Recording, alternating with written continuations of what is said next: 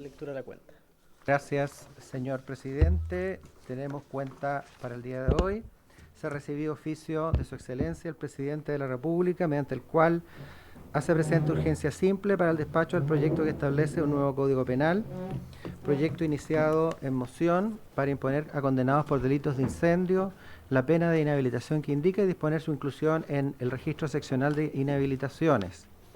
También hemos recibido oficio 135 del 7 de enero del año en curso, suscrito por el señor subsecretario de Justicia, en virtud del cual se responden consultas efectuadas en la sesión de ayer, relativo fundamentalmente a diversos aspectos de nombramientos de notarios. Se ha impreso el oficio y se va a entregar a cada uno de los diputados y diputadas de la comisión para que lo tengan a la vista. Tenemos proyecto iniciado en moción también que modifica la Carta Fundamental para extender el recurso de protección al derecho preferente de los padres a educar a sus hijos. También proyecto iniciado en moción que modifica cuerpos legales que indica para aumentar las sanciones penales por delitos cometidos contra dirigentes sociales o sus parientes. Proyecto que modifica la Carta Fundamental iniciado en moción para incorporar el principio de igualdad entre hombres y mujeres en el sistema electoral. Iniciado en moción también proyecto que modifica la Carta Fundamental en materia de partidos políticos, sistema electoral, participación ciudadana y proceso legislativo. Correo electrónico de la presidenta de la Cámara de Diputados, diputada doña Carol Cariola, mediante el cual remite comunicación de que ya habíamos recibido, tengo entendido, de mujeres, madres, notarias y conservadoras, por lo cual manifiestan una realidad muy diversa y que se verá fuertemente afectada por disposiciones contenidas en el proyecto de ley que modifica el sistema registral notarial. Se hará llegar también por correo electrónico este documento a todas y todos los integrantes de la comisión. Comunicación mediante la cual se informa que el diputado don Tomás de Rementería reemplazará por esta sesión al diputado don Raúl Leiva. Comunicación por la cual se informa que la diputada doña Catalina Pérez reemplazará a la diputada doña May Torsini en la sesión del día de hoy, y correo electrónico del Ministerio de Justicia y Derechos Humanos, mediante el cual se confirma la asistencia del señor ministro, don Jaime Gajardo, del señor jefe del Departamento de Asesoría y Estudios, don Felipe Rayo, del abogado de la División Jurídica, don Rodrigo Hernández, del jefe de la División Judicial, don Héctor Valladares, y se excusa la inexistencia del señor subsecretario por tope de agenda. Eso es todo, señor presidente. Lo único que quería además agregar que se agregó a los documentos que están en cada uno de sus asientos una suerte de índice que facilita la consulta de las enmiendas efectuadas por el Senado, en que ustedes pueden encontrar la página del comparado, el número de enmiendas del Senado en la siguiente fila y luego el contenido de la enmienda, porque de pronto la idea no es que esté explicada todo acá, sino que acceder más fácilmente a cada una de las enmiendas para los efectos de que puedan repasarlas, los cambios que el Senado ha introducido. Eso es todo, señor presidente. Muy bien, muchas gracias, señor secretario. Agradecer a la Secretaría por este índice respecto del proyecto de notarios y conservadores para que los parlamentarios puedan revisar los distintos artículos y también las enmiendas que vienen desde el Senado. Bien, sobre la cuenta, ofrezco la palabra. Ofrezco la palabra sobre la cuenta. Bien, vamos a dar inicio a la orden del día, para lo cual saludamos al señor ministro de Justicia y Derechos Humanos, don Jaime Gajardo, también a don Felipe Rayo, jefe del Departamento de Asesoría de Estudios, don Rodrigo Hernández, abogado de la División Jurídica, y don Héctor Valladares, jefe de la División Judicial. Si le parece a la comisión, le pido la anuencia para invitar a los asesores del ministerio que nos acompañen en esta discusión. Si les parece.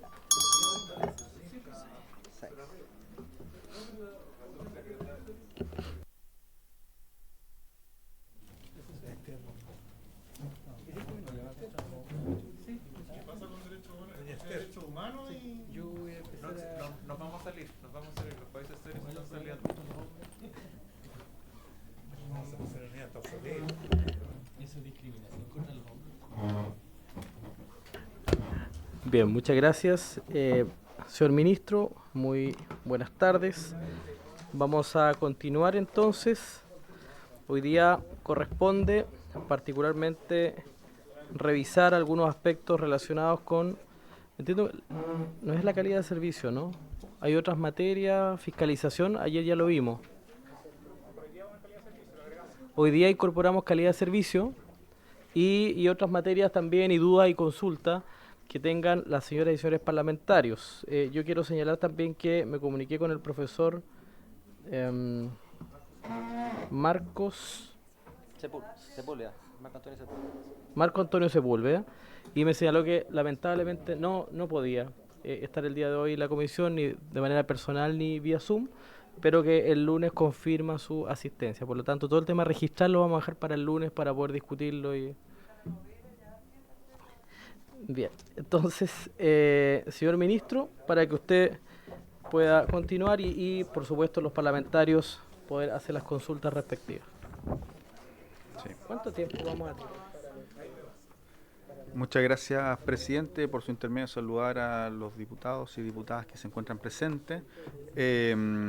Efectivamente, el día de hoy la presentación que ustedes tienen es para que podamos revisar los cambios o el por qué quedó el proyecto de la manera en que quedó respecto a los fedatarios. En segundo lugar, las mejoras del servicio que se está estableciendo para los notarios, conservadores y archiveros, y también revisar las modificaciones en materia del conservador de bienes raíces de Santiago. ¿Ya? Presidente, la parte de fedatarios, que es quien ha llevado esa parte del proyecto, la va a exponer Felipe, y las mejoras del servicio Rodrigo, que son los que más saben de estas materias, y por cierto lo van a explicar mucho mejor que lo que podría explicarlo yo. Perfecto, muy bien. Entonces, para abordar los temas de fedatarios, le ofrezco la palabra a don Felipe. Felipe Rayo, ¿no? Sí, Felipe Rayo. Así es, presidente. Muchas gracias por su intermedio. Como planteaba el señor ministro, el proyecto en primer trámite proponía la creación de un nuevo ministro de fe que llamaban fedatario, cuya función básicamente era realizar certificaciones de hecho, de las cuales las más frecuentes era la autorización de firmas en instrumentos que no requieren ser incorporados en un registro público. También el proyecto determinaba además que en aquellos territorios en que fuese difícil constituir esta oferta, podían los secretarios municipales u oficiales del Servicio de Registro Civil, que sean designados por el jefe superior del servicio, cumplir las funciones de fedatario y por tanto llevar a cabo estas funciones de certificación de hecho. ¿Qué ocurrió? Durante la discusión en general en el Senado, diversos expositores plantearon sus inquietudes en torno a la regulación del proyecto que proponía la incorporación de la figura del fedatario. En particular, las principales críticas se centraban en la implementación de una figura de estas características que era irregular en nuestra legislación, sin un adecuado estudio de su funcionamiento, lo que podía traer aparejados riesgos a la fe pública y la certidumbre documental. Por ejemplo, en relación al tema de por qué no es ajena esta figura proviene del derecho del sistema anglosajón.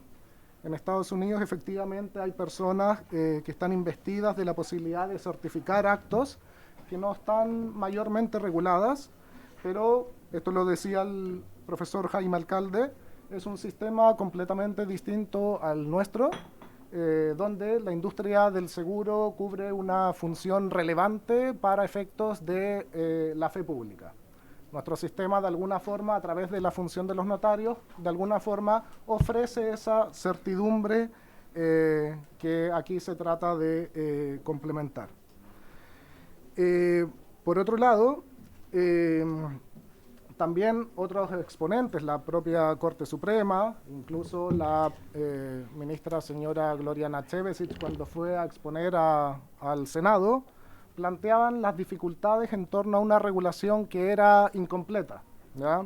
Entonces, a falta de una regulación sobre la designación o nombramiento, una figura que no tiene oficinas o que quizás no rinde caución como los notarios para hacerse responsable de los errores o defectos en la atención, también traía aparejados dichos problemas, ¿ya? Entonces, había una inquietud sobre la proliferación de fedatarios y la pérdida de certidumbre jurídica al respecto.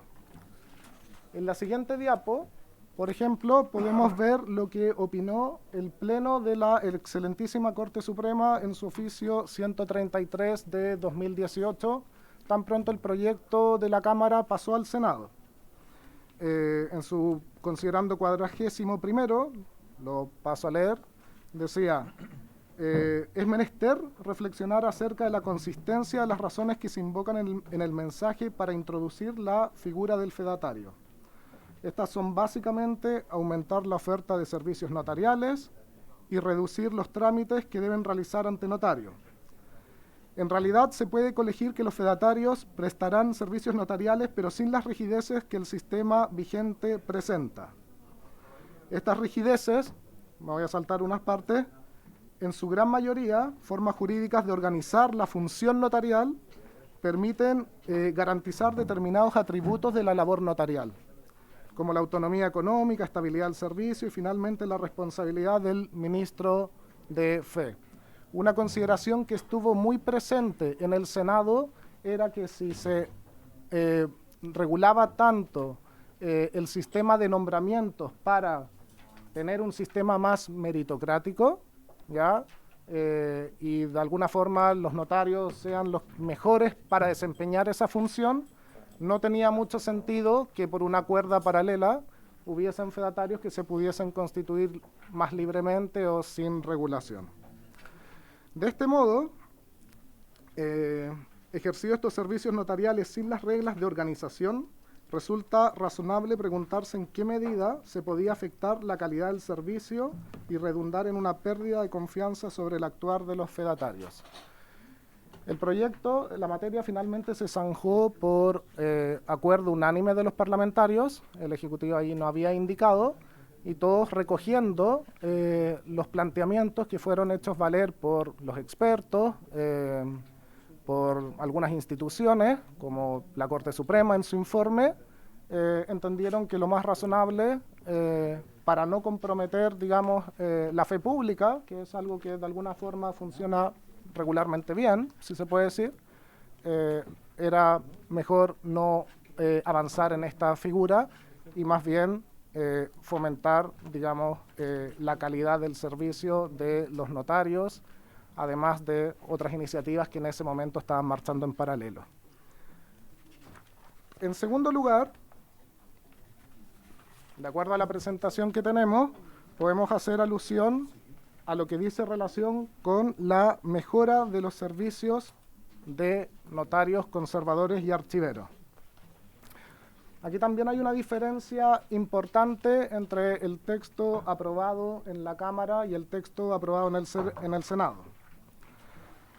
El proyecto despachado por el Senado obliga a notarios, conservadores y archiveros a contar con la infraestructura y el equipamiento tecnológico necesarios para transmitir, comunicar y recibir documentación digital, ¿ya? Asimismo, también avanza en un proceso de modernización en que se disponga que a través del sitio web se deba ofrecer un acceso público, gratuito y remoto a la información y documentos contenidos en sus índices, repertorios y registros, ¿ya? Entonces, a través de esto se van a poder de alguna forma acceder a los documentos y obtener las certificaciones que correspondan. O, por ejemplo, la notaría, cuando se suscriba un contrato, también se va a poder remitir esa escritura al conservador para su inscripción, ¿ya? Se regula, para estos efectos, la obligación de mantener un repositorio digital propio de las notarías en cada oficio, en el cual se conserve un respaldo digital actualizado de los documentos otorgados y autorizados a fin de permitir estas consultas remotas a distancia. Dice ahí el artículo 401 bis, que es la norma que dispone el deber de los notarios de mantener infraestructura, equipamiento e insumos que permitan: 3. Contar con sistemas electrónicos para el adecuado archivo de los respaldos electrónicos de documentos extendidos o protocolizados en la notaría, garantizando la seguridad, integridad y disponibilidad de la información contenida en ellos. debiendo mantener un estándar de tecnología que permita, al menos, a. entregar copias electrónicas de las escrituras públicas e instrumentos protocolizados que constan en sus repertorios. B. llevar a cabo comunicaciones, notificaciones, intercambios electrónicos de información entre notarios, conservadores y otros organismos o instituciones de conformidad a la ley. C. el acceso por parte del público de manera remota y gratuita para la consulta de la información y documentos contenidos en el repositorio digital que lleva el notario. D. conservar los respaldos electrónicos de los repertorios, protocolos, libros o índices que por ley deben llevar en el cumplimiento de sus funciones. ¿Ya? Si le parece, que terminemos el punto respecto que sí, terminemos el punto de mejora de servicio y abrimos el debate, ¿ya? Para hablar de este tema y también del fedatario. Perfecto. El proyecto también regula la atención de público de notarios, conservadores y archiveros, cuestión fundamental para asegurar la presencialidad del notario en el oficio, que es un tema que de alguna forma ha sido muchas veces cuestionada. Dice el artículo 475, los notarios, conservadores y archiveros deberán mantener abierta su oficina al público. Regula un horario mínimo, como mínimo de lunes a viernes en un horario no inferior a 7 horas diarias. ¿Ya? Permite al Ministerio de Justicia y Derechos Humanos extender hasta en 1 hora este horario mínimo para los notarios, por razones fundadas cuando así se estime pertinente. Además, notarios, conservadores y archiveros deben informar este horario específico de atención en forma previa o sus posibles modificaciones, tanto a la Fiscalía Judicial, que es quien ha de fiscalizar estas cuestiones, como al público general a través de su sitio web y en sus propias dependencias. Los referidos funcionarios deberán estar presentes en sus oficios al menos durante el horario mínimo de atención al público, entendiéndose, esto es importante, igualmente cumplido este deber en aquellos casos en que la ausencia se genera con ocasión del ejercicio de funciones legales fuera del oficio. Efectivamente, a los notarios, en su regulación estatutaria, se les faculta de pronto hacer autorizaciones fuera del oficio. Bueno, esas autorizaciones se entenderá para estos efectos que está cumpliendo con el horario, pero más allá de eso, ha de estar allí permanentemente. Y finalmente, quizás aquí puedan haber hartas preguntas, esto es lo que se avanza en el proyecto, y en mucho hay continuidad con lo que se discutió en la Cámara de Diputados, está lo que de alguna forma se elimina. El proyecto elimina la existencia de un repositorio digital, el archivo digital de poderes y el Registro Nacional de Interdicciones que iban a ser asignados al Servicio de Registro Civil. Las razones, y después puedo darles contarles un poco más del debate en el Senado, apuntaban particularmente a que este repositorio, en definitiva, no era más que una plataforma que duplicaba los registros, libros que igualmente iban a llevar notarios, conservadores y archiveros. Por tanto, generaba un gasto estatal innecesario en registros que no iban a tener ningún valor jurídico. De hecho, para efectos de la búsqueda y las certificaciones que correspondan, igualmente iba a ser necesario acudir a los registros de a los libros de los notarios, a los registros conservatorios, porque esos eran los que de alguna forma iban a dar fe. Se apuntaba a que producía entonces un desfase en la información entre los registros de notarios, conservadores y archiveros y el servicio de registro de información. O sea, lo que quiero decir es que la consulta al servicio de registro civil nunca iba a estar actualizada totalmente, ¿ya? Y por tanto, igualmente tendría que acudirse a la respectiva notaría o conservador. Esto además en un contexto en que hay dificultades para la interoperación entre las instituciones del Estado y también falencias en la seguridad informática a la que estarían sujetos los registros. Allí nosotros también conversábamos con la edición de gobierno digital y lo que nos planteaban también los expertos en el Senado es que efectivamente los problemas de seguridad son relevantes y abordar esta cuestión en serio no es sencillo. Entonces, parecía, y este fue el entendimiento de la comisión, lo más prudente, mantener los registros físicos de notarios y conservadores, sin perjuicio de lo cual avanzar en modernización en lo que de alguna forma no compromete la fe pública, permitiendo tanto el acceso a los instrumentos, a los registros, a los libros, obtener las certificaciones que correspondan y también que entre notarios y registros conservatorios puedan interoperar. Eso es lo que por ahora tenemos respecto de estos temas. Podríamos después abordar el tercer tema del conservador de bienes raíces de Santiago. Bien. Muchas gracias, don Felipe Rayo, jefe del Departamento de Asesoría y Estudios del Ministerio. Ofrezco la palabra, diputado Sánchez. Muchas gracias, señor presidente. Si pudiésemos retroceder en la lámina, me da la impresión de que eran dos láminas atrás.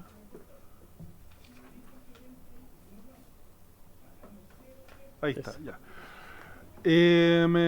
Entonces, lo que se plantea acá es que los notarios y conservadores deberán mantener registros electrónicos y que letra C debe garantizarse el acceso por parte del público. A mí me preocupa cómo conversa esto con la protección de datos personales. Sabemos que muchas escrituras públicas y documentos que están contenidos en los registros de los notarios y también los conservadores de bienes raíces tienen ese tipo de antecedentes. Claro, todos sabemos que cuando uno va a las notarías y pide acceso a estos antecedentes puede entrarse, pero cuando tú ya lo cargas dentro de plataformas online, eso en el fondo, estoy pensando en el escenario del uso comercial de todas estas cosas, o sea, se los pone a disposición todos los antecedentes personales de mucha gente, de casas comerciales, de multitiendas, o sea, vamos a estar construyendo básicamente o exigiendo a los notarios que generen una base en el fondo de libre acceso al público de datos personales de todas las personas, o sea, básicamente todos los chilenos, porque quien no ha pasado alguna vez por una notaría. Creo que puede ser complejo, creo que quizás aquí hay que darle una vuelta más, al menos para que converse esto con la normativa de protección de datos personales, que además ya hemos tramitado una reforma bien relevante hace pocos meses. Muchas gracias. Muy bien. Sí, diputado Leonardo Soto, sobre el punto. Sí. Entiendo. Muchas Nuestro gracias, experto en protección de datos personales. presidente. Nuestro experto en protección de datos No, personales. yo creo que el diputado Luis Fernando Sánchez está planteando algo bien necesario, sobre todo con las modificaciones que hicieron en cuanto prácticamente hacen público todos los antecedentes que figuren, no tan solo los registros de propiedad, sino que también los registros de interdicciones que tienen que ver con problemas de salud incluso, que son datos sensibles de los interesados, y los pone en una vitrina, según dice la ley, abierto a todo el público para que lo pueda visualizar en los repositorios digitales, etcétera, sin ninguna restricción. Asimismo, abre un camino para que empresas hagan lo mismo y puedan tomar los datos personales de todas las personas que están en todos estos registros, que tienen datos evidentemente que pueden ser reservados o pueden contener situaciones que no quiere alguien que se exhiban, y van a estar en poder de todo el mundo para ser tratadas, manipuladas, vendidas, comercializadas, sin que exista ni siquiera claridad de los derechos y obligaciones que tienen los que tratan estos datos personales ajenos, ni tampoco cómo se pueden hacer cumplir las obligaciones que tienen respecto a la ley de protección de datos. Yo le pediría al Ejecutivo que pudiera revisar, a ver si hay comisión mixta, pudiéramos agregar una norma que establezca la coherencia de estas normas que ustedes colocan con la nueva ley de protección de datos personales que se publicó hace aproximadamente unas 2 o 3 semanas atrás. No, yo creo que no es posible entregar tantos datos en la sociedad digital que tenemos, donde los datos pueden ser usados con finalidades completamente distintas a las cuales usted lo anima para poder exhibirlo, un ánimo de transparencia, y puede resultar perjudicado a muchas personas. La mayoría de las leyes de la ley de protección de datos personales tienen también referencia a los registros de esta naturaleza. La nuestra no lo tiene, entre otras razones porque está siendo modificado esto. Así que valdría la pena mirarlo. En segundo lugar, yo he hecho una pequeña consulta con los parlamentarios de la comisión y parece que no hay mucho interés en defender lo que aprobamos en el primer trámite, que se denominó el sistema de fedatarios. Yo lo lamento por el exministro Hernán Larraín, que se esmeró mucho en el gobierno anterior en imponernos o en sugerirnos o en persuadirnos en aprobar esta idea. Yo lo digo como alguien que también lo aprobó, pero claro, era una figura muy extraña a la cultura latina, tenía normas que eran de, por lo menos presumible, una difícil implementación. Y creo yo que uno puede hacer una gran reforma notarial y registral sin incluir una figura como esa. Y ese es el camino que siguió el Senado. Y yo creo que por lo menos pareciera que hay mayoría en la Cámara o en esta comisión para validar eso. En segundo término, yo lamento la eliminación del archivo digital de poderes. Hoy día, más que nunca, es necesario tener certeza respecto de personas que actúan a nombre de otro, o de otros, o de personas jurídicas. ¿Tienen poderes vigentes? Yo los desafío a que de manera rápida, efectiva, uno detecte si un poder está vigente. Lo típico que alguien acredita el mandato con una escritura pública que fue otorgada, no sé, un mes antes, 2 meses antes, un año antes. Pero para saber si está vigente, hay que ir a la notaría en cuestión, hay que revisarla por si fue, ¿cómo se llama?, revocada en esa notaría, claro, o si fue revocada en otra notaría, notificando a la anterior.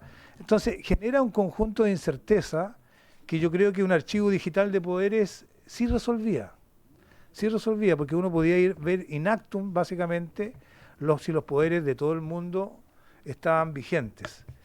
Y sobre el Registro Nacional de Interdicciones, estamos hablando de personas que son privadas de la administración de sus bienes por demencia, por ejemplo. Pues tienen una patología que los priva de la razón, y siendo adultos se ha demostrado judicialmente que no están en condiciones ni siquiera de administrar lo básico. Las interdicciones por demencia y otras más tienen que ver más bien con registros personales, no con registros reales como los conservadores. Por eso tenía mucho sentido que la interdicción estuviera en el registro civil, que tiene que ver con derechos que emanan precisamente de su personalidad y que alteran, en este caso, su capacidad, y no temas patrimoniales como son los que suelen mezclarse en el registro de propiedad, en el registro de hipotecas, de gravámenes, de provisiones, que todos tienen que ver con la transferencia de inmuebles. Yo creo que desaprovechamos una gran oportunidad si nosotros no utilizamos este proyecto para poder mejorar el tema del archivo digital de poderes y el registro civil en tema de interdicciones. Y por último, se decidió en el Senado de que todo esto se eliminaba, pero se obligaba a los notarios y conservadores a tener su propio repositorio digital, sus plataformas web, etcétera. A mí me parece bien, pero lo que no resuelve es tener un índice digital completo. Si yo quiero saber si una persona ha otorgado escrituras públicas, mandatos, por ejemplo, no hay un registro único de mandatos. Tengo que empezar a revisar desde Arica a Punta Arenas para saber si alguien entregó algún mandato y está vigente. Mire, los abogados saben cuánto ayudó, por ejemplo, el registro único de testamento. Pasaba lo mismo con los testamentos, no sé si te acordás, Marco. Para saber si una persona había dejado testamento había que ir prácticamente notaría por notaría, región por región. Y eso se resolvió simplemente en un registro único. Yo no pido que haya un registro único que tenga todos los repositorios digitales de todos los notarios conservadores, pero por lo menos tenga un índice. El índice mensual, anual, y que uno pueda decir, mire, aquí hay poderes otorgados por el señor Calisto en tales lugares, y uno va a la notaría y lo encuentra. Pero si uno no sabe a dónde otorga poder este caballero, va a ser muy difícil, bueno, no vamos a decir a quién le entrega poderes, pero va a ser muy difícil tener transparencia y certeza respecto de lo que uno quiere encontrar. Y yo le pido, ministro, que podamos trabajar esto. A lo menos, si es un índice digital, si lo pueden hacer notarías de este tamaño, ¿por qué no lo puede hacer el Estado, un índice general, obligando a estas mismas personas que le envíen semanalmente o mensualmente el índice? Eso no cuesta tanto. Gracias, presidente. Muy bien, diputado Soto.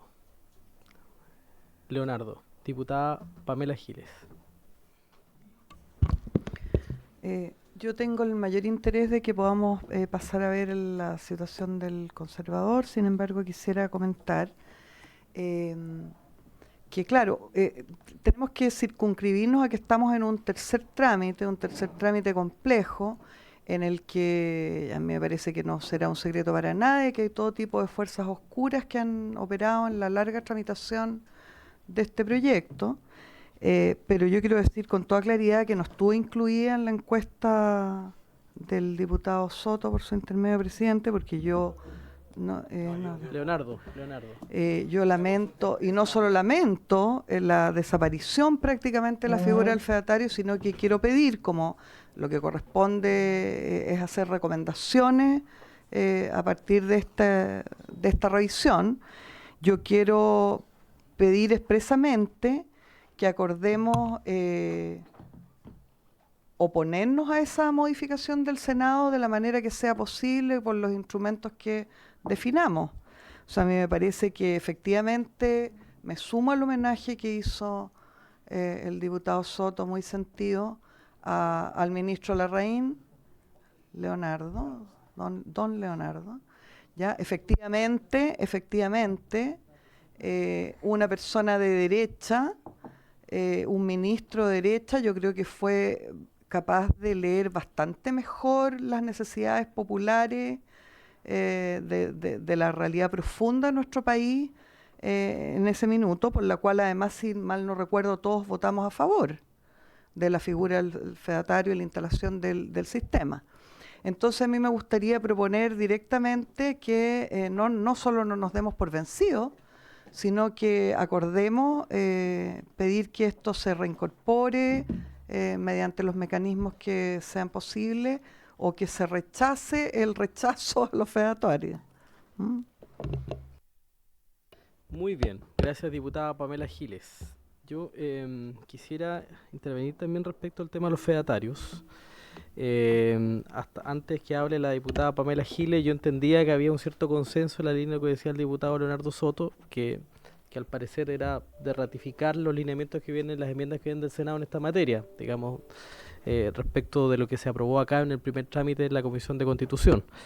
Y entendiendo eso, porque yo también creo que por el correcto funcionamiento de este sistema que tiene que ver con la fe pública, que tampoco el ampliarlo también efectivamente genera un problema complejo de implementar, quisiera consultar si, yo aún estando en contra del sistema de fedatarios propuesto en primer trámite, sí me preocupa y relacionado con el punto C de mejoras del servicio respecto de los sectores de localidades remotas. ¿Cómo se puede resolver el problema de localidades que tienen una gran cantidad de personas también? Por ejemplo, algunas islas en el sur del país, donde no hay oficial del registro civil, donde no hay un notario. En mi región hay comunas donde no hay notarías. Por lo tanto, la gente se tiene que desplazar en distancias bien extensas para poder sacar un certificado de residencia, por ejemplo. ¿Cómo poder resolverlo? Yo sé que aquí nosotros aprobamos en algún minuto un proyecto de desnotarización, donde no se incluyeron todos los trámites, pero ¿cómo poder hacerlo? Entendiendo de que veo, al menos, que no existe disposición de avanzar el tema de los fedatarios, ¿cómo buscar un mecanismo, a lo mejor con un nuevo proyecto de desnotarización en algunos trámites, por ejemplo? Y lo digo tan simple porque a veces hay chicos que son de estas islas que postulan a becas y que necesitan como requisito el certificado de alumno de residencia, que debería ser por sistema. O sea, ya debiéramos tener ese certificado por sistema. Entonces tienen que ir, por ejemplo, un niño de Gala, una familia de Gala tiene que ir hasta la municipalidad, hasta registro civil en Puerto Aysén o Cisne para sacar un certificado. ¿Cómo? Gala es una isla. Puerto Gala. Puerto Gala. Entonces, sí, yo hablé muy simple de Gala, pero sí, Puerto Gala, que es una localidad de la región de Aysén, y la gente tiene que ir hasta la capital a buscar a un notario, a conseguir un certificado de residencia. Entonces, ¿cómo nosotros podemos facilitar estos trámites que son simples? A lo mejor en un nuevo proyecto de desnotarización, por ejemplo, o si dentro de ese punto que habla de acceso por parte del público de manera remota y gratuita, consultas y documentos con contenido en reposición, si está contemplado, por ejemplo, un avance en esta línea. Diputado Alessandri, le ofrezco la palabra. Gracias, presidente. En la misma línea del presidente y diputado Calisto, quizás ciertos principios que deberían guiarnos en este tema para este proyecto de ley o para el resto. A propósito de la dificultad que está teniendo el proyecto de permisología en el Senado, un primer principio podría ser que el Estado jamás te puede pedir un certificado que el propio Estado emite. Son cientos los trámites notariales donde el Estado te dice: traiga ante notario su licencia de enseñanza media. O en la tramitación en un municipio, en una dirección de obras, te piden una serie de documentos que emite la Seremi de Salud, que emite el Ejército en tu situación militar al día, que emite una superintendencia. ¿No debiera el Estado estar conectado con sus otras instituciones y no pedirte jamás un documento que el propio Estado emite? Evitaríamos largas filas, pérdidas de dinero, de competitividad de la economía, de gente que falta a su trabajo. Y después, respecto a desnotarizar, también sería importante partir por lo más obvio, que no te pudieran solicitar ante notario una declaración de un hecho propio. Y muchas veces en las notarías a uno le piden declarar hechos propios. Declaro que tales personas son mis hijos ante notario. Declaro el certificado de soltería, que se lo han pedido muchas veces el diputado Soto cuando conoce a alguien, en fin. Me refiero a Raúl, sí. Imagínense usted lo ridículo de tener que ir a sacar un timbre ante notario, hacer la fila y pagar por la declaración de un hecho propio.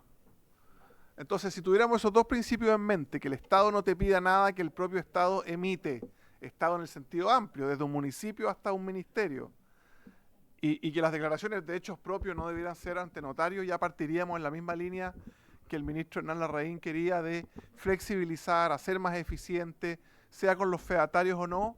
Al final la idea es la misma: menos trámites, menos tiempo perdido, menos plata perdida y más eficiencia en todo lo que significa permisología y trámites, que por Dios que somos buenos para el trámite en nuestro país. Gracias, presidente.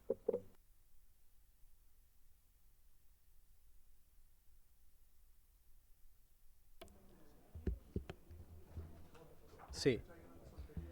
Bien. Diputado Raúl Soto, ¿quiere referirse? ¿Ya que fue aludido? No. Señor, diputada Giles, ¿quería hablar o no? ¿No? ¿Sí? Le ofrezco la palabra. Y luego al señor ministro. Que estoy ordenando la discusión para que usted haga sus observaciones y luego le ofrezco la palabra al señor ministro. Sí, yo quiero permitirme, si bien hay una cantidad de inquietudes que seguramente el ministro responderá, no me imagino mucho que haya mucho cómo, pero bueno, lo veremos.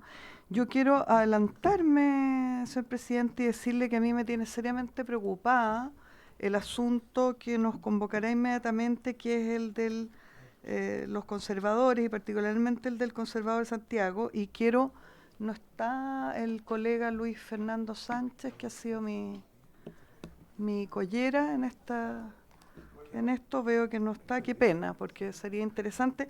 Yo quiero decirles que que hay en el artículo 450 actual de la ley, señala que en su nueva versión, ¿cierto?, tal cual como quedó en el Senado, que faculta al presidente de la República a dividir los territorios jurisdiccionales de un conservador que tenga comunas, creando nuevos oficios conservatorios, maravilloso, se puede subdividir lo que hasta ahora no es posible y generar, por lo tanto, mayor capacidad territorial, ¿cierto?, dividida en distintos conservadores, ya no concentrados en uno. Faculta al presidente de la República para separar entonces cargos de notarios y conservadores, dividir el territorio de un conservador que abarca comunas, creando nuevos conservadores, entre otras facultades. Fantástico, ¿cierto? El presidente de la República ahora podrá hacer esto que hasta ahora no se podía, y por lo tanto se subdividirán los territorios. Espectacular, un gran aporte. Si no fuera porque, pequeño detalle, en las mismas modificaciones del Senado hay una modificación a este mismo artículo que no hace aplicable este artículo al conservador de Santiago. O sea, ¿de qué me están hablando de fuerzas oscuras metidas en una tramitación? ¿Cuál es la razón jurídica por la cual esto pudiera suceder, que una norma no es aplicable a un conservador y concretamente al de Santiago? ¿Ya? Está explícitamente exceptuado. Digamos que el conservador de Santiago es el conservador que tiene, por supuesto, la mayor concentración territorial gigantesca en su poder, ¿ya? Con todos los problemas que eso significa.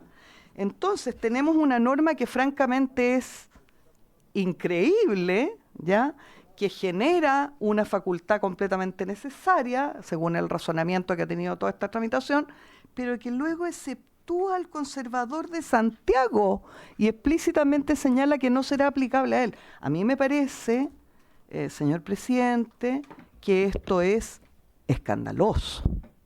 O sea, francamente, esto es algo que debemos corregir. Muchas gracias, diputada. Lo que señala la diputada Pamela Giles, lo que señala la diputada Pamela Giles está en la página 81, y en la página 80, al final del comparado, se hace la excepcionalidad que señala la diputada Giles. Pero antes de entrar al debate de ese punto que ha dejado planteado la diputada Giles, le voy a ofrecer la palabra al señor ministro para responder las dudas respecto de fedatarios y del funcionamiento de la calidad del sistema, no del servicio. Perfecto. Muchas gracias, presidente, por su intermedio. Creo que tanto el diputado Sánchez como el diputado Soto hicieron alusión a la publicidad de los registros del sistema registral en su conjunto, ¿ya? Por eso digo del sistema registral en su conjunto, ¿ya? Efectivamente, la Ley de Protección de Datos Personales es un instrumento general, tendrá efectos de distintas formas en cada uno de los ámbitos en los cuales se desarrolla la vida cotidiana, podríamos decir. Sin embargo, el sistema registral, por distintas disposiciones, desde la creación del sistema registral, ha sido un sistema público, por distintas razones. Entre otras cosas, por ejemplo, para la publicidad y poder realizar los estudios respecto a la propiedad de ciertos bienes, para poder realizar los estudios respecto a la forma en que se transan ciertas empresas o cómo se desarrollan ciertos comercios, ¿ya? las personas que están involucradas, para poder saber que efectivamente son los propietarios o no, y por lo mismo el registro o los registros del sistema registral por distintas normas dispuestas en distintos lugares de nuestro ordenamiento jurídico, se ha entendido siempre que es un sistema público. Entonces, lo único que hace ahora el proyecto es que ese sistema que es público se encuentre presente también en el ámbito, en el ámbito, no soy una persona tan tecnológica, pero en los soportes tecnológicos de la web, ¿ya? Es decir, algo que uno podía ahí llegar a una notaría y pedir los libros, los índices, o al registro o al conservador de bienes raíces, pedir los distintos libros y realizar el examen, y que también lo puede realizar en aquellos conservadores y notarios que tienen sus registros, porque han llevado esto a un sistema informático, que uno lo puede hacer públicamente en las páginas, en los sitios web respectivos. Lo que se hace es que se establece como obligación general, ¿ya? Es decir, que estos registros que están en libros físicos se encuentren también en repositorios digitales. ¿Lo dije bien en términos tecnológicos? Sí. Ya. Entonces, esa es no es que este proyecto esté innovando respecto a la publicidad de los registros. Eso es lo que quiero decir. Los registros del sistema registral, desde la creación de nuestro sistema registral, son públicos, ¿ya? Por distintas razones, y principalmente para dar publicidad a aquellos aspectos que regulan. Entonces, la ley de protección de datos va a tener que implementarse en razón de esta realidad que existe desde que está nuestro sistema registral en funcionamiento, ¿ya? Y lo único que agrega, que por cierto es un cambio muy importante, pero lo único que agrega este proyecto es que establece una obligación de que estos registros que se llevan en libros físicos, en la gran mayoría, uno podría decir, de los oficios que forman parte de nuestro sistema registral, se encuentren también en repositorios digitales.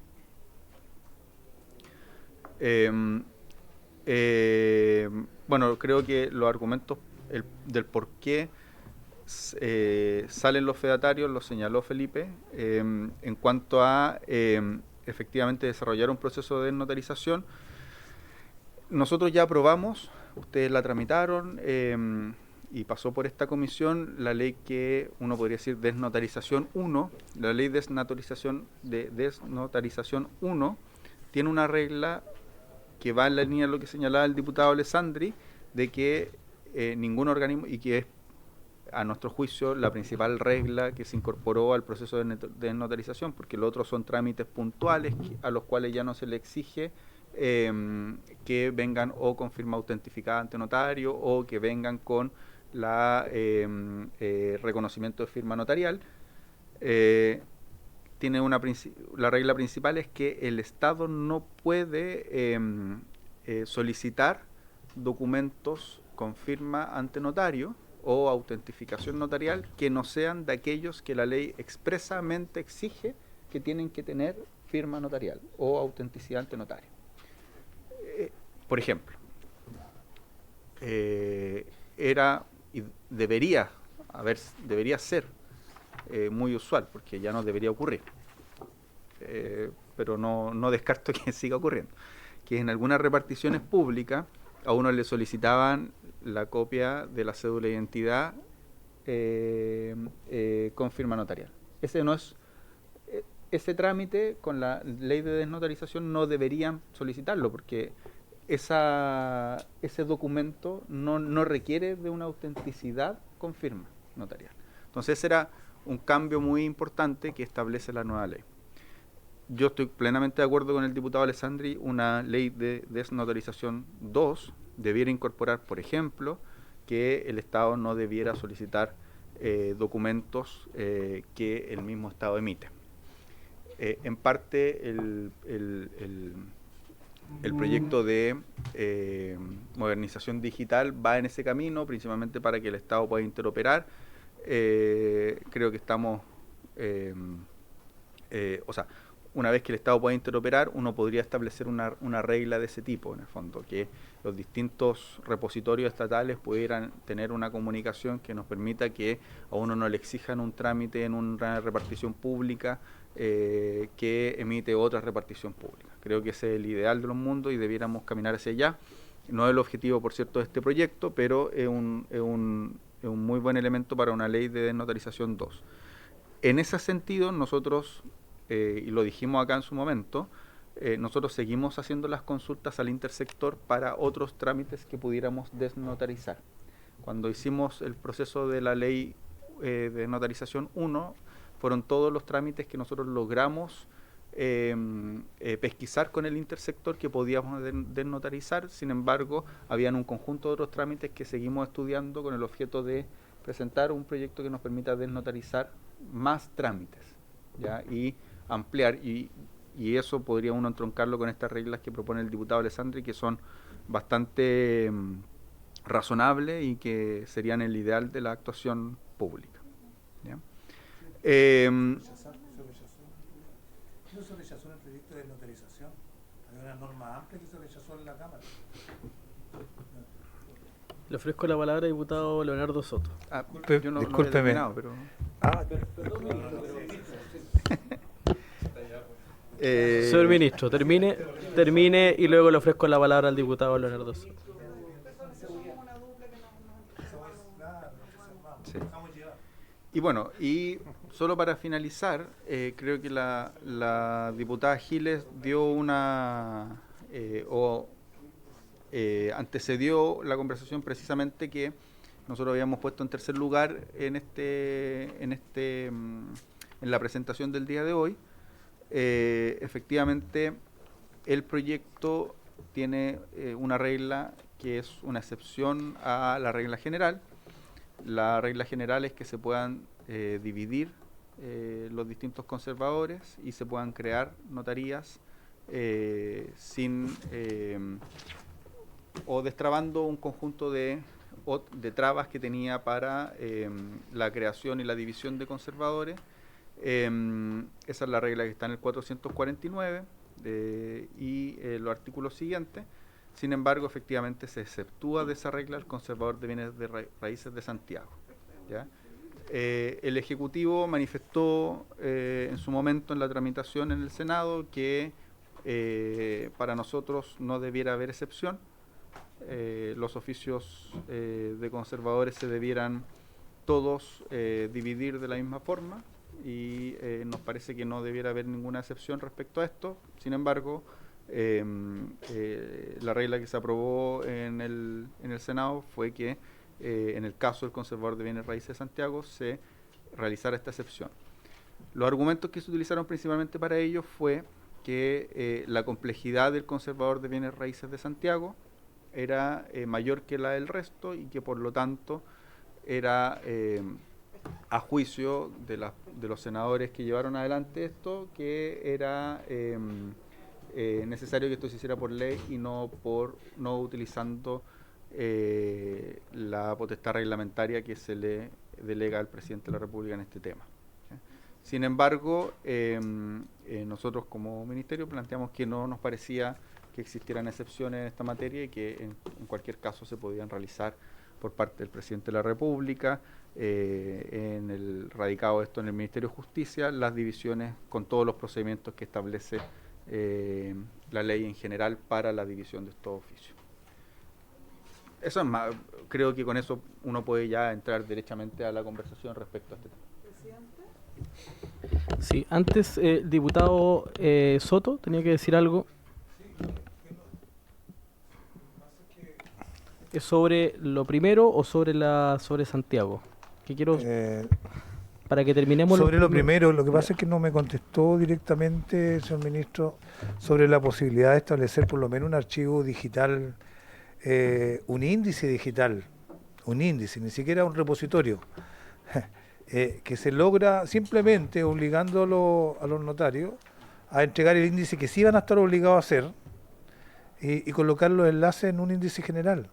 Eso centraliza y entrega un registro único de todo lo que se hace, lo cual es una fuente de publicidad y de transparencia muy importante para el sistema y muy útil también para los que tienen que consultar temas como son los poderes y otros más.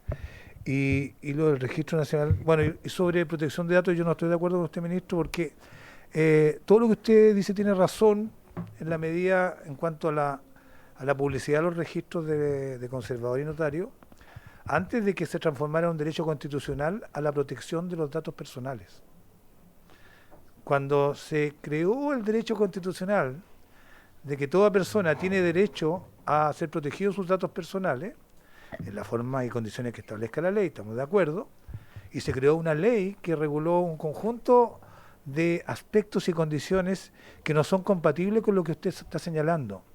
Porque, por ejemplo, la demencia de una persona, pongámonos en un caso así como mi madre, mi abuelo,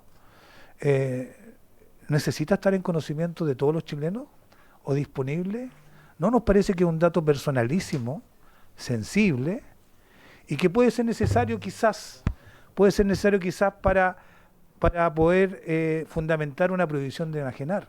Pero al ser expuesto sin ninguna limitación, como usted lo señala, y todos los datos, permite que sea utilizado con toda clase de finalidades distintas a la que originalmente usted tiene en mente. Puede ser usado para publicidad. O que el sistema tiene en mente, más bien, el sistema. El sistema tiene en mente que es básicamente establecer una prohibición de hacer transferencias, celebrar contrato, por la interdicción, una prohibición legal. Pero permite un conjunto de otras industrias asociadas, gracias a que se está colocando acá que se puede ser utilizado públicamente sin ninguna restricción o limitación. Y eso es lo que simplemente les decimos. No le estamos diciendo que tenga que ser algo secreto o reservado, pero yo les pediría que por favor lo revisaran a la luz de la nueva Ley de Protección de Datos Personales, para evitar daño a personas. Gracias. Sí, señor ministro, sobre el punto planteado. Sí, muchas gracias. Voy a dar la palabra a Rodrigo también para que explique. Solo decir lo siguiente. Por cierto, yo en particular no soy experto en datos personales. Sí puedo señalar al menos los siguientes criterios más de derecho público constitucional. Lo primero es que no hay ningún derecho fundamental que sea absoluto. Todos los derechos fundamentales permiten limitaciones, conforme a la ley o conforme a ciertos criterios que establece la propia Constitución. Seguridad pública, seguridad nacional, salubridad pública, orden público. La propia Constitución establece criterios para limitar, restringir derechos fundamentales. Dicho eso, por poner un ejemplo, tenemos un conjunto de registros con datos que son muy sensibles, como por ejemplo el registro de prohibiciones para contratar con personas que hayan sido condenadas por abusos sexuales a niños, niñas, adolescentes. ¿Ya? Abuso o delitos sexuales a niños, niñas, adolescentes. Registro que es público. ¿Ya? ¿Y por qué la ley establece que eso requiere ser público? Porque entiende que, más allá de que es un dato personalísimo, de que es un dato sensible, de que hay un bien jurídico que permite la restricción de ese derecho fundamental. ¿Ya? Respecto a, insisto, yo no soy experto en datos personales, pero respecto a nuestro sistema registral, por ejemplo, que alguien se encuentre con alguna interdicción implica su posibilidad de capacidad jurídica o no. ¿Ya? Y entre otras cosas es relevante para el resto de la sociedad saber si una persona tiene capacidad jurídica para actuar en el ámbito del derecho válidamente o no. ¿Ya? Y ese es el sentido del por qué, entre otras cosas, los registros de interdicciones y prohibiciones se encuentran, son públicos. ¿Ya? Ese es el sentido que he tenido históricamente, porque uno puede revisar si la persona con la que va a celebrar un acto o un contrato tiene capacidad o no para celebrar ese acto o contrato. ¿Ya? Y ese es el objetivo. Entonces, efectivamente, hay que ver cómo esta ley, que no modifica la publicidad de estos registros, porque es una publicidad que ya se encuentra regulada en un conjunto de reglas que ya están vigentes, sino que lo único que hace es que establece que esa publicidad ya no sea solo en el libro o en el registro que se encuentra en el oficio notarial o en el conservador, sino que además usted la va a tener en línea, ¿ya? Se adecúa con la protección de datos, que por cierto además va a haber que reglamentarlo. Pero ahí creo que Rodrigo puede dar un poquito más de detalle respecto a eso, porque lo ha estudiado en profundidad. Bien, le ofrezco la palabra para responder la consulta al diputado Leonardo Soto, don Rodrigo Hernández, abogado de la División Jurídica. Correcto, presidente, por su intermedio, intentando dar respuesta a las dos consultas del diputado Soto. Durante la discusión del proyecto en el Senado, que fue bastante larga, el tema de la protección de datos personales salió recurrentemente en relación justamente con las medidas que tenía el proyecto en primer trámite, que digitalizaban todos los trámites de los registros de notarios conservadores. Al momento de estudiar si dicha modificación podía ser coherente con la ley de datos personales, se entendió de que era un área gris justamente también compleja con respecto a la ley de ciberseguridad, que va muy relacionada con lo anterior. Por lo mismo, cuando se trabajaron las indicaciones y se realizó la discusión, se tuvo mucho respeto de, en la medida que se reguló el repositorio digital, y esto le pusimos mucha atención a una exposición que hizo la académica Claudia Bahamondes en la discusión en general en el Senado, regular un sistema que permitiera mantener la naturaleza pública del sistema notarial y registral, manteniendo también el resguardo de datos personales, que creemos que puede ser vulnerado, por ejemplo, con un modelo de consulta nacional, como el que usted indica en este momento. ¿Por qué? Porque a lo menos lo que regula la ley actualmente, en el artículo 401, numeral 9, respecto del COD, para notarios, es que es una obligación de los notarios facilitar a cualquier persona que lo solicite el examen de los instrumentos públicos que ante ellos se otorguen y documentos que se protocolicen. Y una norma muy similar se reproduce en el artículo 49 del reglamento conservatorio, justamente señalando que los registros del conservador son esencialmente públicos para la consulta. Sí. Esto tiene mucha relación con lo que decía Felipe al principio. Nuestro sistema jurídico y registral descansa mucho en la publicidad de los registros. Justamente esto es lo que le da certeza a las personas que venden y a las personas que adquieren inmuebles. Yo soy diputado, entonces, pero respetando ese principio y no queriendo avanzar en un sistema que pueda modificarlo o que pueda afectar su funcionamiento, manteniendo el principio justamente que está en el Código Civil desde el mensaje, es lo que se hizo es facilitar el acceso a un registro que ya es esencialmente público. No se está modificando la naturaleza del registro. El punto que usted señalaba muy bien respecto al registro de interdicciones es tremendamente atendible, pero el registro es actualmente público. Cualquier persona que se vaya al conservador lo puede consultar sin ningún inconveniente, únicamente con el nombre de la persona. Lo que se puede hacer respecto a eso, que como le decía, un punto muy atendible, es que hay un proyecto de ley que también se está tramitando actualmente, que es de capacidad jurídica, que se está en anteproyecto actualmente, y que modifica todo el sistema de interdicción y capacidad jurídica respecto de las personas, justamente para cautelar en forma orgánica esto, pero de lo contrario lo que tendría que hacer es establecer registros distintos solamente para la digitalización, pero manteniendo lo público del registro mismo. Entonces Bien. Bien, pero es importante esta discusión, y nuestra Secretaría ha tomado nota del punto, porque a propósito de las recomendaciones que tiene que hacer esta comisión al Pleno, a la sala, es importante que podamos considerarla, y ahí el diputado Leonardo Soto nos hará también la referencia a la Secretaría para que podamos incorporarla.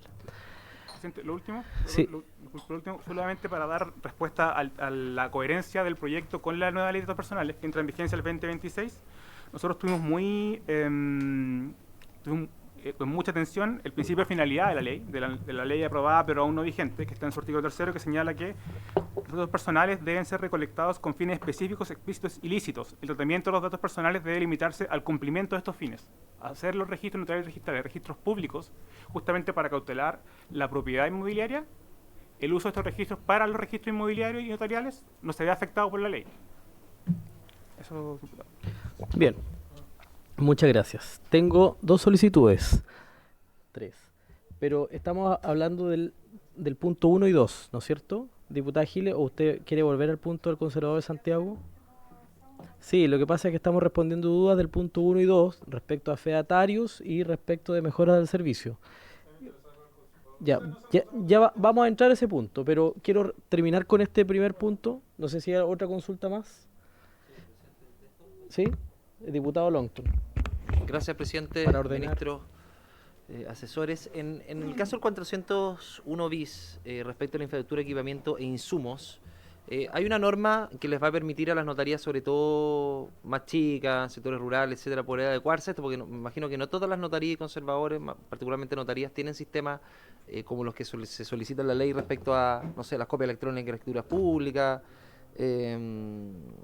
notificación e intercambio electrónico de información. Me imagino que hay un periodo de adecuación respecto a esto, sobre todo respecto a notarías más chicas, y cómo hacer el proceso también de, en definitiva, de que el cumplimiento se haga realidad en atención a lo aprobado por esta ley, y cómo es la situación, no sé si lo han podido conversar con la notaría o no, respecto a alguna situación en particular, respecto a que no tienen estos sistemas y tienen que de alguna manera poder llevarlo a cabo. Señor Ministro. Sí, solo el plazo de vacancia general que tiene la ley, que son 6 meses.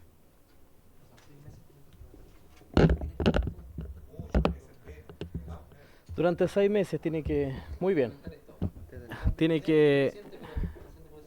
Sí, diputado Longton. Sí, ministro, ¿saben más o menos cuántas notarías conservadores tienen ya esto aplicado y cuántas tienen que empezar a aplicarlo en el plazo de 6 meses?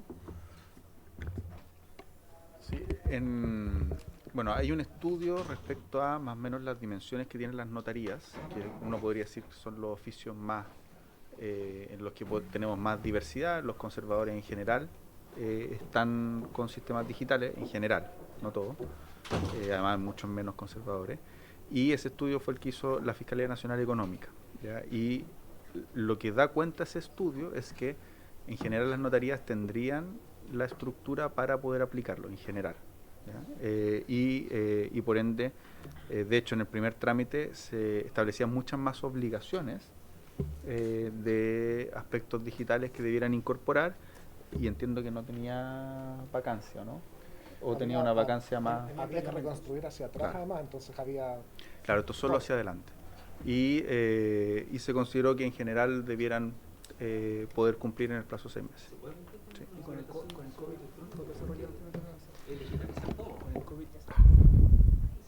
Sí, diputado Longton, para poder precisar su... Sí, tengo dudas con el plazo, porque hay que digitalizarlo, tener una plataforma. Pero a futuro. Ya, o sea, está bien, implementar el sistema, pero la digitalización es más allá de los 6 meses. Ya, perfecto, eso, gracias, presidente. Bien. Yo quisiera, antes de terminar el primer punto, reiterar, lo que pasa es que ahí va a quedar, a propósito de lo que yo planteaba respecto de sectores aislados, complejos, donde no hay presencia notarial, donde no existe ni siquiera oficial del registro civil, cómo poder facilitar este tipo de servicios a la gente que vive en esos sectores. Entonces, en algún minuto se planteó una especie de notario alterno, ya que de hecho hoy día se ocupa para el tema de las elecciones, de tal manera que los notarios no dejen abandonadas sus notarías o el servicio a la comunidad, sino que puedan tener a alguien que lo reemplace. Esto no se discutió como alternativa dentro en la discusión del primero o segundo trámite, reitero, para ver cómo nosotros podemos garantizarle atención de servicio a sectores que no tienen presencia notarial, de un notario, ni tampoco de ningún funcionario del registro civil. O le ampliamos las competencias al registro civil, no sé, porque de alguna manera los funcionarios del registro civil, la presencia del registro civil, son fedatarios públicos que hoy día existen y que están en muchas localidades donde no están los notarios.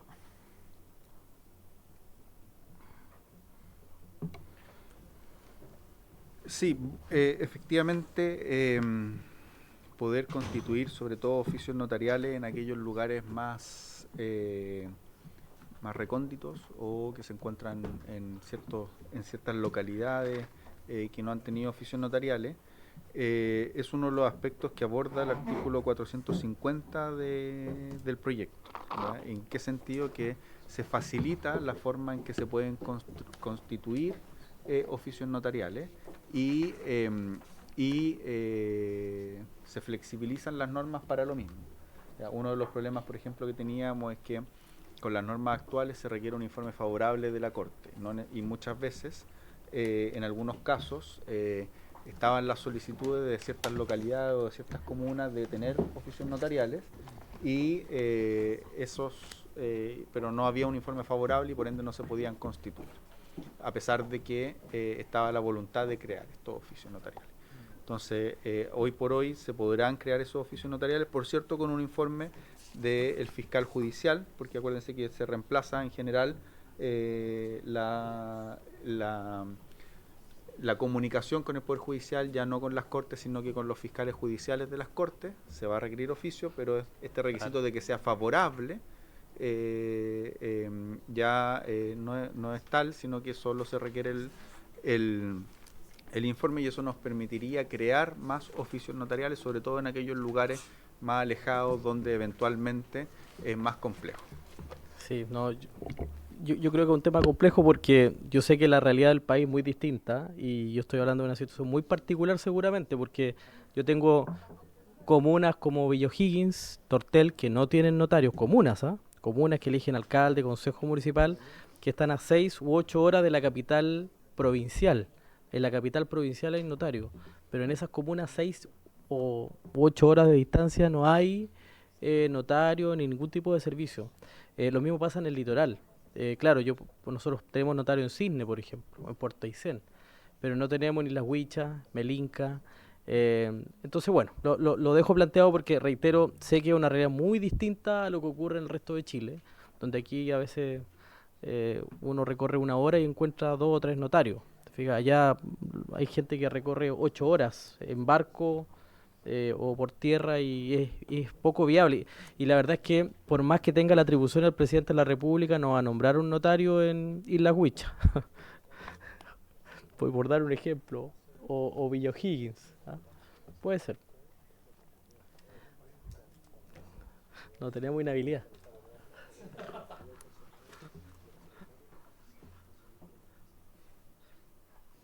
No sé si quiere...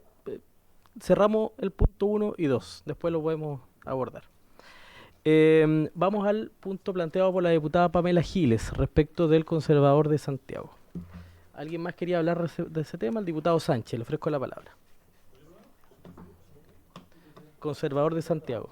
Muchas gracias, presidente. Sí, más que el Conservador de Santiago, sobre esta situación, este cambio que habría el que quedaría de cierta forma amarrado en la ley, entiendo, los territorios jurisdiccionales, no solo eso, sino que la cantidad de conservadores que hay. O sea, el único lugar donde hoy día se produce esa particularidad, que está dividido en 3, es en Santiago. Y algunas cosas, o sea, en primer lugar, seamos sinceros, o sea, esa división no se da por la complejidad del oficio en Santiago, o sea, porque si fuera una sola persona ganaría como 900 millones de pesos mensuales, creo que había escuchado alguna vez, 700, creo que me estaba pasando un poco. Claro. Entonces, evidentemente eso es algo que sería inaceptable. Pero hay un dato derivado de eso, o sea, si es que vamos a dejar afianzado en la ley el que en la región, o sea, no la región metropolitana, sino que en todo el territorio de Santiago, van a estar solo estos 3 conservadores de bienes raíces, ¿por qué no nos aventuramos desde ya? Porque esto en el fondo va a tener una mayor estabilidad en el tiempo. Y dividimos más todavía, fraccionamos los territorios de competencia que hoy día están sometidos al conservador de bienes raíces. O sea, teniendo 3, cada uno de ellos gana cerca de, si lo dividen por 3, como 300 millones de pesos mensuales. Yo creo que por lo menos podríamos tener unos 3 o 4 conservadores de bienes raíces, siendo súper conservador por ese territorio. Entonces, si lo vamos a dejar amarrado en la ley, fraccionemos la provincia de Santiago, entiendo que al tiro, y dividamos la zona y establezcamos que vas a tener 4 conservadores, o sea, 4 territorios del conservador de bienes raíces por la provincia de Santiago. Creo que sería bien razonable y pondría fin de una buena vez a esta cuestión que es bien escandalosa, que es que el conservador de bienes raíces, cada uno de los conservadores de Santiago esté ganando como 300 millones de pesos mensuales. Muy bien. Bien. Un poquito de silencio. Diputado Ilavaca, le ofrezco la palabra. Sí, presidente, este es un tema que ya hemos planteado por lo menos en 2 oportunidades y qué bueno que el Ministerio de Justicia traiga una respuesta especial respecto a este tema en particular, porque tal cual se ha señalado acá, y lo dije ya en varias oportunidades, si hay una cuestión casi indecente, y discúlpeme que coloque ese término, es lo que ocurrió respecto al conservador de bienes raíces Santiago. Se establece una regla general donde se permite al Ejecutivo desarrollar otros oficios notariales de conservador y lograr dividir obviamente en todo el país, pero resulta que se establece una sola excepción. Una sola, qué curioso, ¿ya? Santiago, la metropolitana, cuyo conservador de bienes raíces es aquel que tiene uno de los sueldos más obscenos de auxiliar en la administración de justicia de nuestro país. Obsceno. Sí. No, uno de los, no, hay otros que andan también cerca. No sé, por ejemplo, pon cualquier comuna grande que tiene solamente un conservador de bienes raíces. Te la seguridad que los 100 millones de pesos parten por ahí la base de sus remuneraciones. Y ojo, son de utilidades, no estamos hablando de los gastos, porque hubo un diputado por ahí que dijo, no, es que los gastos en Santiago son altos, entonces lo que gana no es tanto. Yo creo que aquí, regla de igualdad ante la ley debe ser justa, y este es un artículo que necesariamente debe ir con un informe de esta comisión solicitando el rechazo y que se haga comisión mixta. ¿Ya? Y aquí el diputado Sánchez acaba de plantear una idea que también me parece interesante, porque cuando hicimos el debate en el periodo pasado, dijimos 4 conservadores en Santiago. Pero, y la crítica... Sí, la crítica que hace en el Senado, estuve leyendo el documento que nos envía el ministro, dice, ¿sabe qué? No existía claridad respecto al espacio territorial en que se iba a dividir estas 4 zonas, ¿ya? Complementemos, establezcamos el criterio que nos plantea el diputado Sánchez en orden a establecer a lo mejor las provincias de Santiago, punto. Pero lo que no puede suceder con una norma que busca entregar más garantías, un proceso de modernización al sistema registral notarial de nuestro país, es que existe una excepción con el notario más, o sea, el conservador más poderoso de Chile. Yo en eso, presidente, por lo menos no voy a estar, y yo espero que en el informe de la comisión esto sea un punto. Muy bien.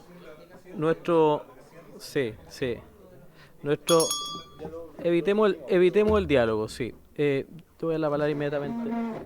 Sí. Nuestro secretario ya está tomando nota sobre ese punto y entiendo que genera consenso además en la comisión. Antes, señor ministro, es que tiene preferencia el señor ministro. Señor ministro. Sí, no, solo para...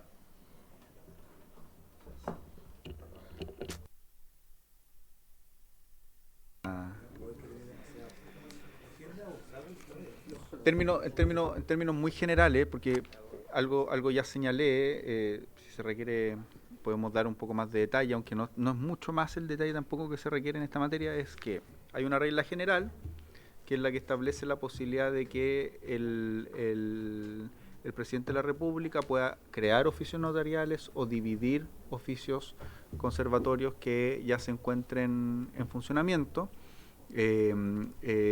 Y cumpliendo un conjunto de reglas que son las que establecen los artículos 449 y siguientes. Esa facultad se establece en términos generales y es la que aprueba el proyecto. Sin embargo, hay una excepción respecto al conservador de bienes raíces de Santiago, que esto solo se puede hacer mediante ley. Incluso hay una contradicción de cómo quedan las normas, es más confuso aún, ¿ya? Nosotros como Ejecutivo hicimos presente, tanto en la comisión como en la sala, que nos parecía que no habían razones para que se generara esta excepción y que era preferible que quedara la regla general para todo el país. Sin embargo, por distintas razones, que en parte son las que señalamos en la presentación que todos ustedes tienen, se optó porque hubiera una excepción por Santiago, principalmente por la razón de que en Santiago había mayor o era preferible no alterar el sistema registral que funcionaba. Esa es la razón. Sin embargo, reitero, esto como se dice, no maten al mensajero. Reitero, la opinión del Ejecutivo fue que no habían razones para hacer una excepción a la regla general. ¿Ya? ¿Cómo fue la votación? 3-1. Creo que 3-2. 3-1 en la comisión y en la sala, no recuerdo, pero fue de las votaciones separadas, que hubo, por cierto, votaciones distintas. Bien, gracias, señor ministro. Diputado Leonardo Soto, sobre el punto. Presidente, mire, yo tiendo a compartir la idea, parece generalizada aquí en la comisión, Página 81. de que 81. la existencia del conservador de bienes raíces de Santiago, la fisonomía que tiene hoy día, que lo han dicho claramente, no tan solo le logra conseguir para sus titulares las rentas que provienen de usuarios a partir de un cargo del Estado, o que designado por lo menos por un poder judicial, que son las más altas del planeta. No de Chile, más altas del planeta. Y tiene que ver con que le entregan un monopolio registral, conservatorio, sobre también la extensión territorial que un conservador de bienes raíces tiene en el mundo. Ninguno tiene tantos millones de habitantes obligados a registrar todo tipo de actos sobre sus bienes como lo es el conservador de bienes raíces de Santiago. De ahí proviene, digamos, la altísima y multimillonaria renta. Y la verdad que el daño que le produce esta existencia de este monopolio multimillonario al sistema registral en su conjunto es que daña la legitimidad del sistema. Hay muchos conservadores que hacen patria en Aysén, en lugares muy alejados, inscribiendo a veces una cantidad de personas que apenas sustentan el oficio. Sin embargo, no tiene ninguna comparación con lo que ocurre aquí en Santiago. Y la percepción que tiene la gente es de que estos simplemente son regalos que se consiguen por pitutos, por nepotismo, por parentescos, por amistades políticas y de otro tipo. No en vano el actual titular del Conservador de Bienes Raíces de Santiago es pariente de un expresidente de la Corte Suprema, entiendo, el señor Maldonado. Y así en el pasado para atrás no es el único, hay muchos. En fin, pero esto tiene que terminar. Si queremos tener un sistema registral que sea considerado profesional, moderno y adaptado al usuario y legítimo, tiene que desaparecer el conservador de raíces como lo hemos conocido. Por eso, en esta comisión, y los que estuvieron en el periodo anterior lo recuerdan, presentamos indicaciones para dividirlo en 8 partes, en las 32, 34 comunas que tiene, o en 4 finalmente acordamos, y en esa división, dividido en 4, es que se fue al Senado. Yo ignoro cómo el Senado, después de conocer todos estos antecedentes, lo mantiene tal como está y como una excepción única, como lo ha dicho la diputada Gil, el diputado de la Vaca. ¿Cómo lo hacen en el Senado? ¿Qué análisis tienen en el Senado para poder concluir de que es positivo para el sistema que nada cambie? Sería bueno que los analistas legislativos pudieran darnos luz de cómo se consiguen estos privilegios, estas excepciones que son insólitas a nivel mundial. Por eso creo yo que esta comisión va a cambiar de criterio y espero, vamos a conversar esto el lunes, me imagino, y vamos a tomar una decisión que le dé sustento y legitimidad a un sistema que ya no da más. Y por último, presidente, un agregado. Mire, también me preocupa, a ver, toda esta reforma tiene que ver con quitarle al Poder Judicial gran parte de las atribuciones que tienen en nombramientos, en creación de nuevos oficios notariales, conservatorios, porque ellos mismos tampoco lo quieren porque se han llenado de prestigio. Pero todas las facultades que antes compartidamente las tenía el Ejecutivo con el Poder Judicial, ahora pasan casi exclusivamente a tenerlas el Poder Ejecutivo. Y el artículo 450, me parece, 450, que establece que el presidente, lo que puede hacer el presidente de la República, separar cargos de notario conservador servidos por una misma persona, dividir territorio, agrupar territorio, o sea, puede hacer y deshacer todo. Y lo que me preocupa es que sea sin control, sin rendirle cuenta a nadie. No, uno podrá verlo, pero yo creo que cuando uno entrega demasiadas atribuciones a una sola persona sobre cargos que tienen alta renta, son atribuciones discrecionales y sin contrapeso y sin ningún parámetro. Puede fundir territorios como dividirlos a su entero gusto. Es posible que se tienda a abusar, que cada gobierno quiera hacer lo propio, abriendo, dividiendo, cerrando, completando. Ahí yo veo, mire, no tengo una respuesta cómo enfrentarlo, pero sí veo que hay una atribución que es demasiado discrecional y grande. Y me preocupa, sí, que esta no debiera existir, que permita que el presidente de la República separe los conservadores de bienes raíces, separe los 3 libros que tienen, los 3 registros, con 3 conservadores. Lo mismo que ocurre en el de Santiago, que decimos que es una anomalía, que tengan 3 registros y cada registro tenga a su cargo un titular distinto. Cuando yo inscribo una compraventa con hipoteca, tengo que pasar por los 3 registros que pueden tener opiniones distintas. Hoy día 2 titulares están enfrentados, el señor Maldonado con Saque están en tribunales. Entonces, ¿qué criterios se aplican cuando hay 3? Bueno, aquí se le da la atribución al presidente para dividir en varios conservadores los libros en 3 conservadores o 3 titulares distintos, lo cual no le encuentro ninguna lógica. Si funciona mal a nivel de lo que conocemos. El único caso, aquí se da la atribución para poder expandirlo por todas las regiones. Gracias, presidente.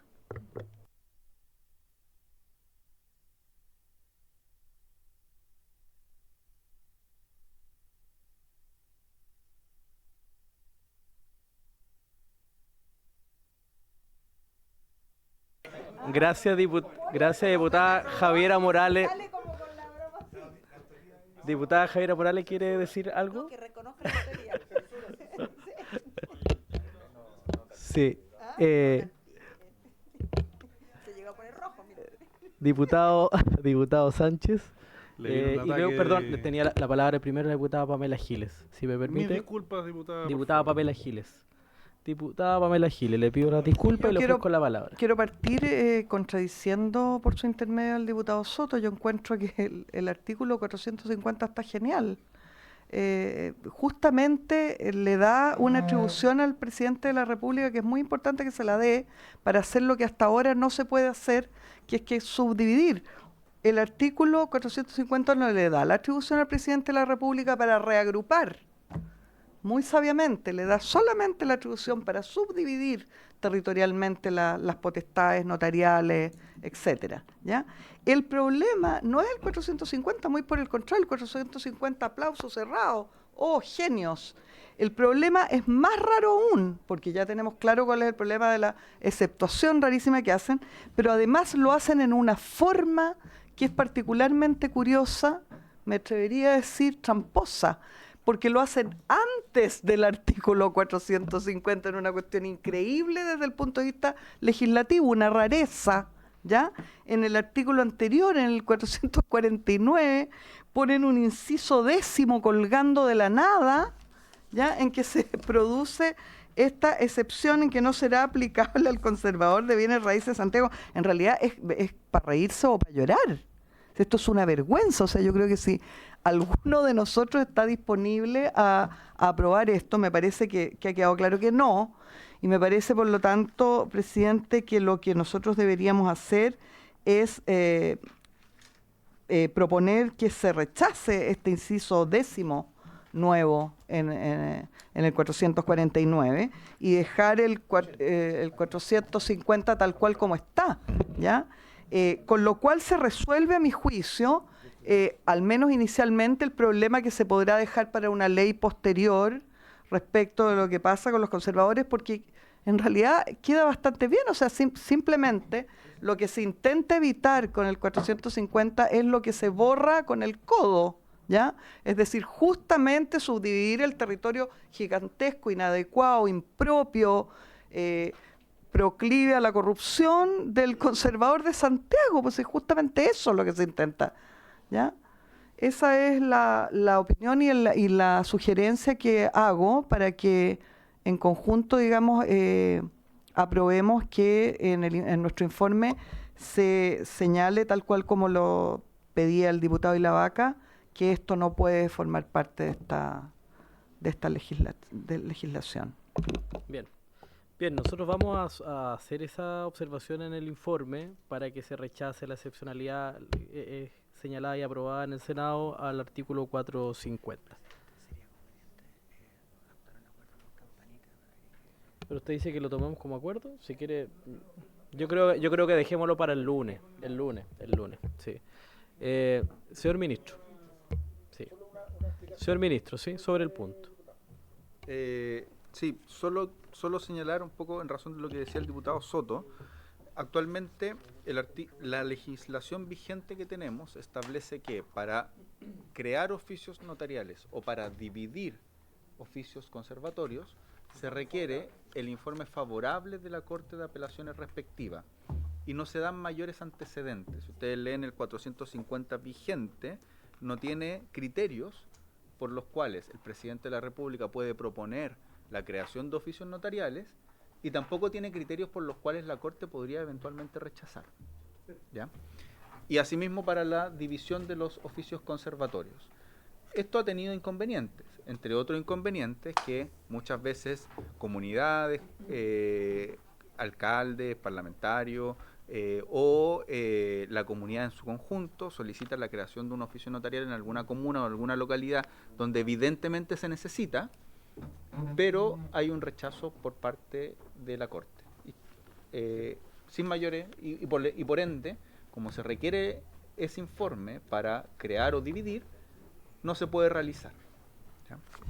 ¿Qué es lo que cambia?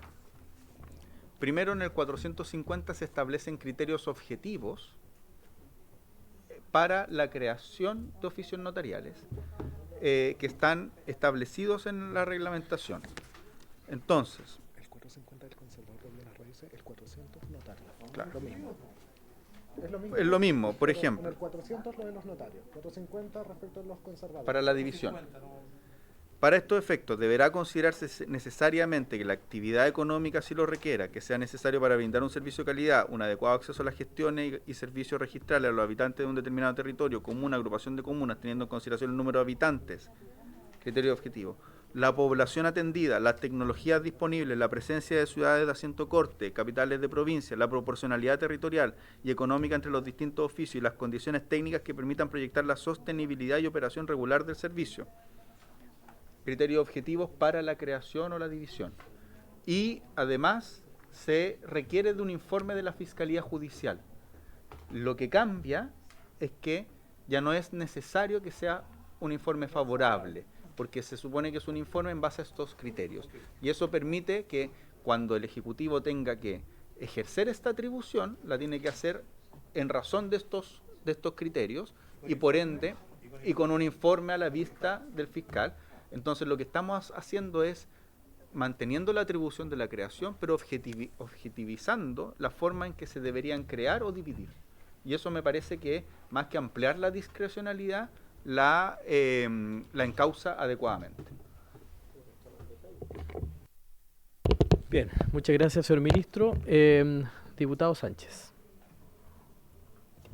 Muchas gracias, presidente. No, quería hacer una solicitud o plantear una propuesta que yo creo que estas escasas ocasiones en que existe acuerdo transversal en cosas en el Congreso hay que aprovecharlas. Entonces, si tenemos un acuerdo tan transversal, quizás lo que debiésemos es tomar el acuerdo también como comisión, a propósito de que el ministro nos pedía por favor no matar al mensajero, de mandarle un oficio al presidente de la República pidiéndole que desde ya y antes de la aprobación de este proyecto de ley divida el oficio del conservador de Santiago en 4 territorios jurisdiccionales distintos y podamos resolver este asunto antes de la aprobación de este proyecto de ley, para que no corramos además el problema que lo conversamos en la sesión de ayer, que es que en una comisión mixta se te puede abrir el cuento completo. Entonces, para evitarnos este tema dentro de la comisión mixta, presidente de la República lo resuelva hoy día y ojalá la Corte de Apelaciones pueda emitir su informe lo más rápido posible. Y yo me imagino que, dado que hay un consenso bien transversal en esta comisión en la materia, no vamos a tener ningún problema con que sea el presidente Boric quien resuelva el asunto. Muchas gracias. Sí, yo no anticiparía este tema, pero diputado Soto. Sí, no, parece interesante el planteamiento que hace el diputado Sánchez, pero la verdad que hay un problema y un obstáculo que parece que es insalvable. El conservador de raíces de Santiago, la fisonomía y configuración que tiene, único, con una competencia por 30 comunas, único, a cargo con 3 titulares, está creado por ley y está configurado de esa manera por una ley. Por lo tanto, ningún presidente por derecho supremo puede contravenir la ley. Lo que sí nosotros podemos hacer es hacer la observación para poder ser votada la próxima semana en la sala, rechazarlo y eventualmente en una mixta corregirlo, sí. Y ahí sí tendría el carácter de ley y podría hacerse de manera viable, no a través de la curiosa propuesta del diputado Sánchez. Eso es lo que vamos a proponer. Lo que corresponde en nuestra comisión es justamente recomendar. Y en este caso entiendo que la recomendación es rechazar la excepción al artículo 450 que ha sido largamente debatida. Y ahí luego la mixta resolverá. Ya estamos, no sé si hay alguna otra consulta, duda. Bien, muchas gracias, señor ministro. El día lunes vamos a hablar del tema registral, así que vamos a estar con el profesor. Y un segundo. El día lunes vamos a tener la primera parte de la exposición del profesor Marco Antonio Sepúlveda por el tema de que es experto registral. Y luego de eso el secretario va a tener las propuestas de recomendaciones. Le aprovecho de pedir a los colegas parlamentarios que hagan llegar sus sugerencias a la secretaría para que ese día podamos discutir y votar las recomendaciones a la sala para orientar la votación con miras también a la comisión mixta. Sí, señor secretario. Gracias, señor presidente. Me parece una excelente idea que tengan la oportunidad de estos días, fin de semana, digamos, de ir estudiando el proyecto y cuando identifiquen alguna norma respecto a las cuales estimen que se vea en especial, digamos, y la comisión pueda eventualmente resolver, proponer, por ejemplo, como en el caso que estábamos viendo recién, a la sala el rechazo de esa exposición, no hagan llegar a la Secretaría, cosa de nosotros tener una minuta el día lunes, sin perjuicio que en la sesión de lunes pueda surgir otra cosa. Eso indudablemente que sí. Eso igual le va a mandar un recordatorio a todos. Eso, perfecto. No. Y la próxima semana entonces tenemos notario de conservadores el lunes, despachamos. El martes tenemos proyecto de cárceles que el Ministerio de Justicia va a exponer y deberíamos votar ese día en general el proyecto. Y el 15 tenemos mociones parlamentarias, responsabilidad penal adolescente y le vamos a otorgar un espacio a la diputada Javiera Morales por su proyecto de paridad. No, es que para la próxima semana, el 21, vamos a votar en particular cárceles. Vamos a despachar, para dejar una semana de indicaciones, y todo eso, ¿ya? ¿Sí? Nombramientos judiciales. Ya. Es que estoy con... No, es que tengo el tema de las mociones parlamentarias, pero ahí será informado, ¿ya? Muchas gracias. Por haberse cumplido el objeto de la sesión, se levanta.